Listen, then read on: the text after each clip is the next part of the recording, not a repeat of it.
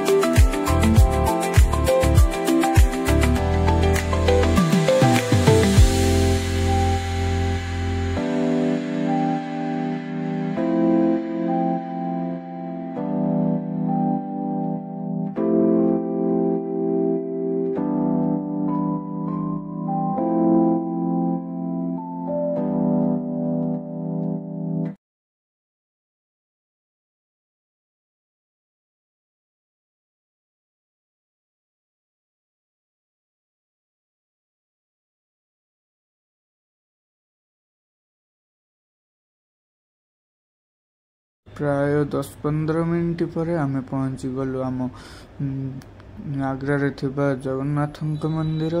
Eighty देखि पार्थुबे केते बड़ हनुमान मूर्ति सजा मूर्ति होइचे देखि पार्थुबे। एबे गाड़ी सावधान ले रखी जीवा चलंतु आगे जगन्नाथ मंदिर भीतर को। फास्ट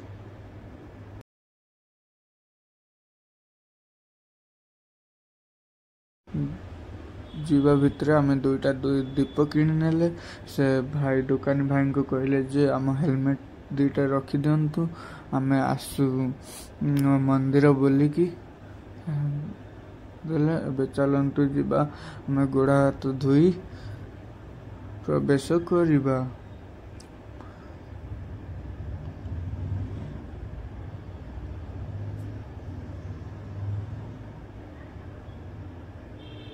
गोड़ धोई एबे आम गोड़ धोई सारी परे दीप लगाइबाकू बाहरी गलु।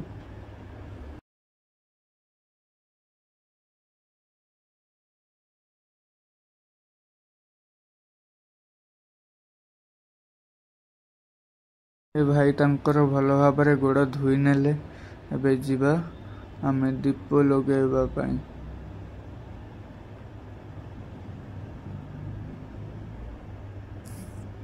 जीवा आमे दीप लगाइबा।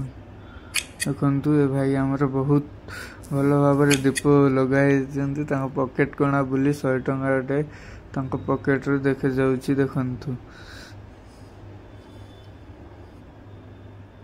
देखंतु पूरा मनमुग्ध सहकारे पूजा करुछंती ए भाई हमर।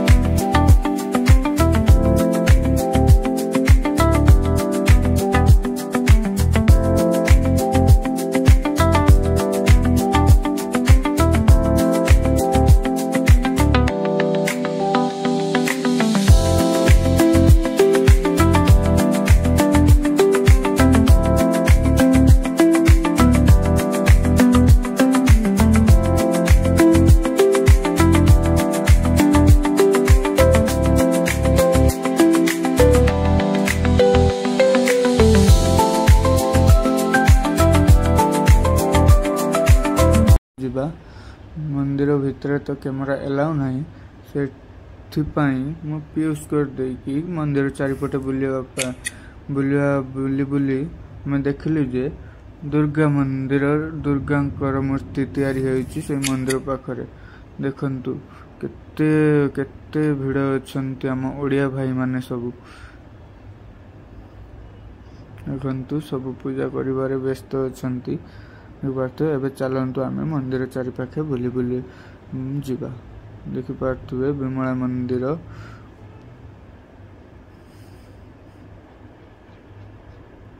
देखंतु केते बढ़िया भावरे हमर जगन्नाथंकर मंदिर पार्श्वरे लगा जाइछि। बहुत बढ़िया बढ़िया मूर्ति कर जाइछि। देखंतु विमला मंदिर सेतबन तुम एंजॉय करो। वीडियोटा को स्किप करूछे।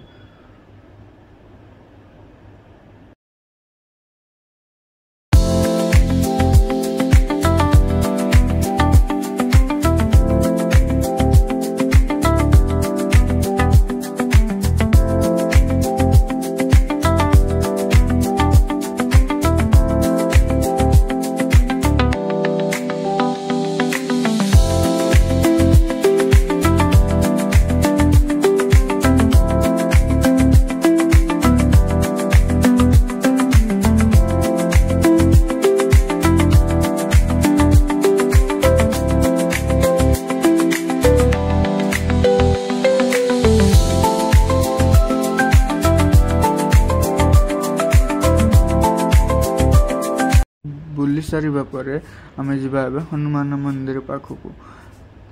देखंतु ए भाई हमर तो बहुत ଭଲ ଭାବରେ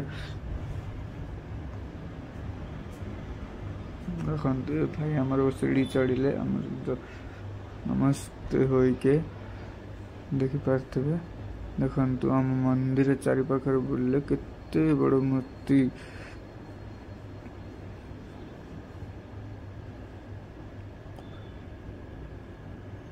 ଦେଖନ୍ତୁ ସବୁ ପୂଜା କରୁଛନ୍ତି। ତା ପାଖରେ ବି ପୂଜା କରୁଛନ୍ତି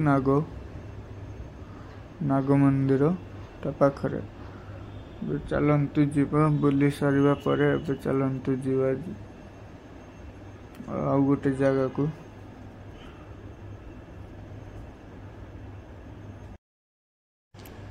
ଏହି ଭାବରେ ଆମେ ଆମ ଘରକୁ ରୁମକୁ ପଳେଇ ଆସିଲୁ। ଭିଡ଼ିଓଟି ଭଲ ଲାଗିଲେ